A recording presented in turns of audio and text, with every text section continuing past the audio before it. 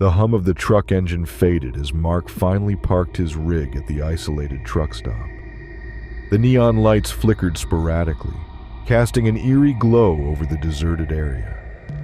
He had been driving for nearly 12 hours straight, his eyes heavy with fatigue. It was well past midnight, and the only sounds were the distant rustle of leaves and the soft chirping of crickets.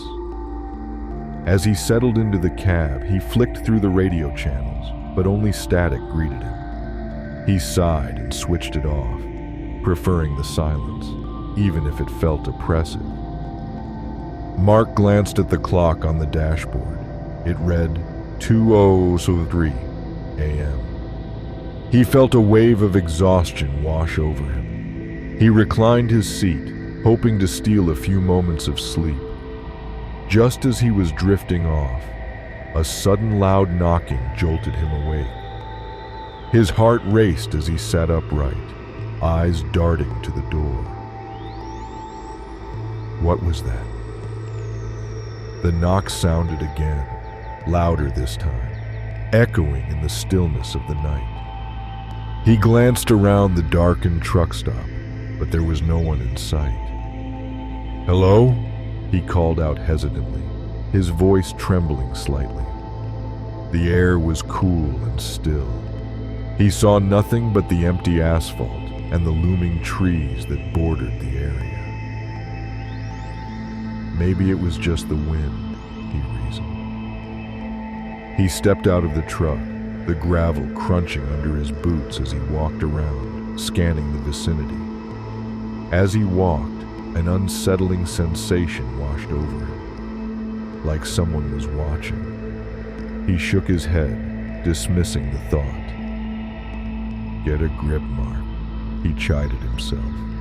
After a few minutes of searching, he returned to the cab, locking the door behind him. He tried to shake off the discomfort and closed his eyes, willing himself to sleep. But sleep wouldn't come. Just as he began to relax, the knocking returned, louder and more insistent. "Who's there?" he shouted, panic creeping into his voice. The knocking stopped abruptly, replaced by an unnerving silence. Mark hesitated, his mind racing. What if someone needed help? Or worse, what if it was someone dangerous? The stories he had heard from fellow truckers flooded his mind. Tales of travelers going missing, of drivers encountering sinister figures in the dark. He felt trapped in a horror movie, his heart pounding against his chest. After a moment of deliberation, he decided to grab his flashlight and confront whoever, or whatever, was outside. He opened the door, the cold air hitting him like a slap. He shone the beam of light around the area, illuminating the darkness, but still, there was nothing. Just as he was about to step back inside, he heard a soft whisper. "Help, please." The voice was faint, almost a murmur, sending shivers down his spine. It sounded like a child. He swallowed hard, torn between dread and the instinct to help. "Where are you?" he called, his voice wavering. "Over here." The whisper floated through the night. Mark's pulse quickened. He followed the sound, stepping cautiously toward the shadows at the edge of the woods. The flashlight flickered as he ventured further, and he felt the air grow colder, heavier. "Who are you?" he demanded, trying to keep his voice steady. "I'm lost," the voice replied, closer. "Can you help me?" Mark felt a pang of fear and concern. He shone the flashlight deeper into the trees, but the light only revealed more darkness. He took a step forward, squinting into the shadows. Suddenly, he heard the unmistakable sound of laughter. A child's laughter, echoing through the trees. The hair on the back of his neck stood on end. Something was very wrong. He turned to leave, feeling a desperate need to escape the encroaching darkness. Just as he did, he heard the knocking again, more forceful this time, coming from his truck. Mark's heart raced as he ran back to the cab, adrenaline pumping through his veins. He flung the door open and jumped inside, locking it behind him.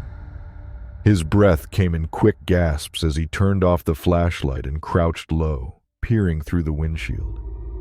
The laughter faded, replaced by an eerie silence. Minutes passed, feeling like hours. Just as he began to calm down, a shadow moved across the truck's windshield, darkening the light from outside.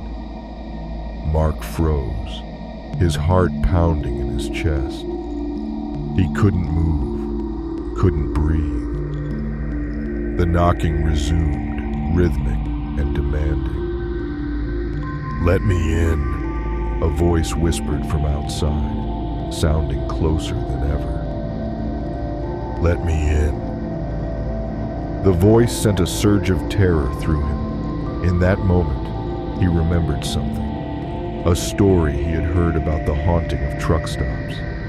The legends spoke of lost souls luring drivers into the darkness, their cries echoing into the night. Desperate to escape, Mark reached for his keys, ready to start the truck and leave this nightmare behind. But just then, the knocking stopped. He looked out the window again, heart racing, and saw nothing but shadows. In a moment of bravery, or perhaps foolishness, he decided to open the door one last time. He stepped out, flashlight in hand, and called out, "What do you want?" Silence answered him, thick and suffocating. The trees loomed ominously, the darkness swallowing his voice. Just as he was about to turn back, he caught a glimpse of a figure at the edge of the woods. A small child, pale and gaunt, with eyes that seemed to reflect the moonlight. "Help me!" it pleaded, voice trembling.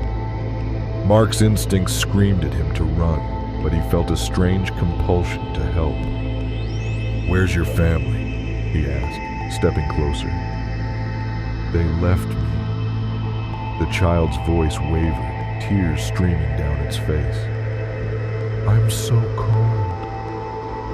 As he reached out, the child suddenly vanished into the darkness. Mark stumbled back, fear gripping him as he turned to run. He dashed to his truck, leaping inside and slamming the door shut.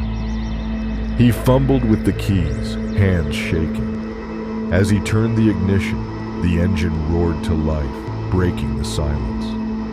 He glanced back out the window, half expecting to see the child, but the area was empty. Heart racing, he shifted into gear and pulled away from the truck stop, the bright headlights cutting through the dark. The further he drove, the more the weight of fear lifted. Yet a lingering feeling haunted him, the echo of that child's voice etched into his mind. As he sped down the highway, he glanced in the rearview mirror, half expecting to see the child watching him, waiting for him to return. But all he saw was the empty road behind him, the night swallowing up the memories of what he had just experienced. Mark didn't stop driving until dawn broke over the horizon, painting the sky in hues of orange and pink.